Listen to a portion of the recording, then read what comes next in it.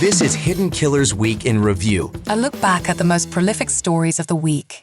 Welcome to the podcast. If you'd like to listen to an ad-free version of this episode and all of our episodes, then search True Crime Today Premium Plus on Apple Podcasts and press subscribe. That's our premium channel where all of our ad-free and advanced episodes live, all in one place. True Crime Today Premium Plus. Search it on Apple Podcasts and press subscribe. Even try it for 3 days free. The last thing they saw was someone they trusted. You're tuned in to Hidden Killers with Tony Brueski, featuring retired FBI special agent and chief of the Counterintelligence Behavioral Analysis Program, Robin Dreeke. The culture of celebrity, what exactly does it mean? You think about it like, oh, extra perks. You go to the award show, you get to go get those notorious bags with all these goodies in that no one else gets, and you get it for free. That's exciting. And then you go to the show, you go to maybe an after party, and then you go home and go to bed, right? Is that how it works?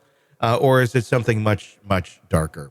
It probably depends who you talk to and who you are and what roads you choose to go down to once you've reached that place called celebrity. Sean Puffy Combs seemed to be an individual that was there in the middle of it. He had his celebrity status, and he also kind of stood there figuratively with his staff and rod saying, come this way. We have party here. We have more things for you that only you can get as a celebrity. And some people fell for it. Some people went down that road and they discovered there's some pretty dark shit down this road. Joining me to discuss, Robin Dreeke, retired FBI special agent, chief of the Counterintelligence Behavioral Analysis Program. That's the thing with celebrity. I think once you kind of get into it enough and you start living this world that's not like the rest of the world, you start to think that that's normal. Mm-hmm. Yeah, that's the massive groupthink that keeps going. Tony, this is just keeps going down the same road we see being paved from the get-go on this one. You know, we said the victims are going to get younger. The charges are going to get more voluminous. Mm-hmm. And yep, that's exactly what's happening. And are there going to be tag-alongs that you're trying to filter out that are just people that are trying to ride the prosecution train that may not have been victims potentially? I mean, this is the most complicated, wide-spanning case I think I've ever heard of. What is shocking to me, and it probably shouldn't be, like once you kind of analyze it and go, oh, okay, I get it. But on the surface is this culture that seemed to exist at these Diddy parties of dehumanizing, I guess, the sex workers or whoever they deemed to be less than, that they could take advantage of. Some of these people weren't even sex workers. They were just, they were models. They were people who were coming in thinking they were going to get a music deal, not there for the sex or hired for it or trafficked for it. They were just there. Some were the assistants of others as well. One of the accusations that's come out this week from Tony Busby and one of his clients, it's a Jane Doe accusation. Claims she was 13 years old at the time. This was in the year 2000 after the VMA Music Awards. The claim is that she was at Diddy's place for an after party. Diddy came into the room that she was in, and so did a male celebrity and a female celebrity. The accusation goes that she was sexually violated by both Diddy and the male celebrity while a female watched. This is, I mean, that speaks to a culture where, like, this is normal. Nobody's shocked by this. The woman didn't go like, oh my God, what are you doing? Or try to stop or run away. I mean, you could look at that and go, was that a culture of fear? She was fearful and didn't say anything that way? Or was it more so, she's used to this. She's used to seeing her significant other go and rape somebody in front of her. And it's like part of the life. It's so bizarre. So remember, we've talked about this before, and it's going to be the continued theme of everything he does and everyone around in a circle does. He's all about power and control. Everything we see coming out is going to be an act of power and control. And literally, so let's take that step back. The life of a celebrity, and these celebrity parties and what they're doing to other people. This is not about sex. It's not about anything except power and control. So when we look at many, not all, there's a few celebrities today. What are they trying to do? These people, some of them have barely any education, any background in anything in life except what they do, their art and their craft, and yet they're trying to have power and control over what people say and vote on. Yeah. Power and control. this is, again, it's easy for people to get drunk on power. Yeah. Because what's going on in the brain is the dopamine's flowing, the oxytocin, endorphins, all the pleasure centers are firing in the brain for numerous things we do in life. Sex, drugs, rock and roll, chocolate, good, healthy relationships, and power and control. Yeah. It's because it allows in there.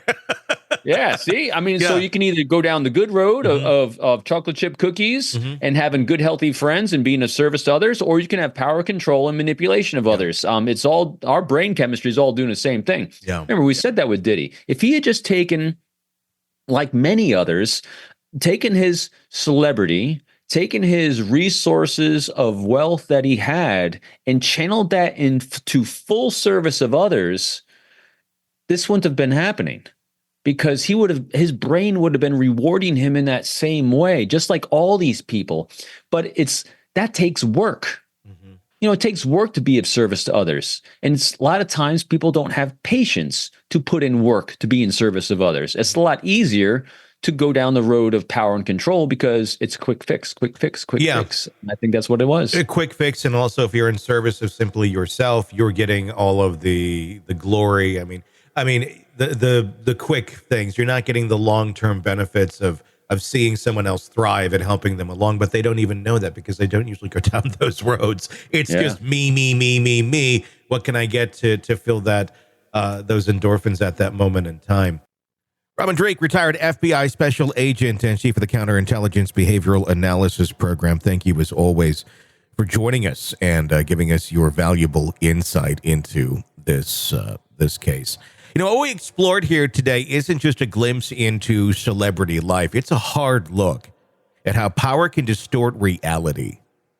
Of course, status shields individuals from consequences for a certain amount of time. Those who live within that world start to believe they're untouchable. And with each unchecked indulgence, the stakes rise. What began as luxury becomes control. What started as opportunity morphs into exploitation. And the more they take, the less they care about who's left in the wreckage. These allegations aren't just about sex or parties. They're about the deeper addiction to dominance and the human need to feel in control. Fame alone isn't dangerous, but the absence of accountability within it is. That's the point where people stop seeing each other as human and start treating them as tools to feed their ego. In the end, justice can't just be about punishing those who get caught. It has to challenge the culture that enables them in the first place. The question isn't just about what Diddy or anyone else did. It's about what allowed it to happen for so long without anyone stopping it. And how many others are still out there, protected by the same silence, the same fear. I'm Tony Brueski. If you want to stay informed on the cases that we cover, be sure to press subscribe wherever you get podcasts. And thank you for listening. Welcome to the podcast. If you'd like to listen to an ad-free version of this episode and all of our episodes, then search True Crime Today Premium Plus on Apple Podcasts and press subscribe. That's our premium channel where all of our ad-free and advanced episodes live, all in one place. True Crime Today Premium Plus. Search it on Apple Podcasts and press subscribe. Even try it for 3 days free. You're neck deep in a dark, twisted tale, and just as the tension peaks, bam, a commercial about some miracle diet pill breaks the spell.